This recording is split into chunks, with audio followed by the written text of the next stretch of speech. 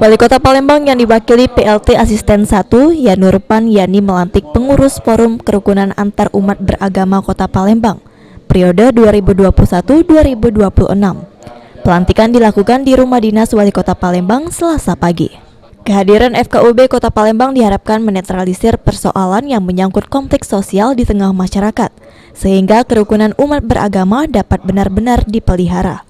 FKUB juga diharapkan menjadi pemersatu umat beragama untuk menjaga Kota Palembang zero konflik.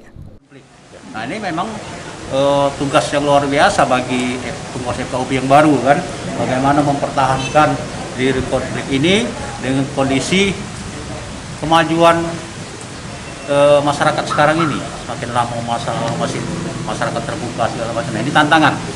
Ya, alhamdulillah insya Allah yang penting forum ini bekerja sesuai dengan aturan yang ada. Beliau ini akan merekomendasikan istilahnya kepada Pak Wali, terutama yang menyangkut masalah kebijakan-kebijakan ke masyarakat yang berkaitan dengan kerukunan.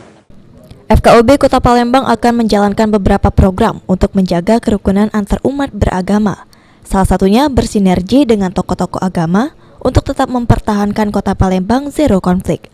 Meski menghadapi tantangan di era keterbukaan dan teknologi seperti saat ini, Forum Kerukunan Antar Umat Beragama ini terus berupaya menetralisir potensi-potensi konflik sosial di masyarakat. Tentu program yang pertama itu kita mensosialisasikan apa itu FKUB. FKUB peran dan fungsinya dalam membantu pemerintah membangun kerukunan di Kota Palembang. Yang kedua, menjalin kerjasama antar tokoh-tokoh agama, induk-induk dari majelis-majelis agama yang ada di Kota Palembang ini. Itu menjadi tugas kami mengajak untuk sama-sama dengan FKUB membangun kerukunan di Kota Palembang.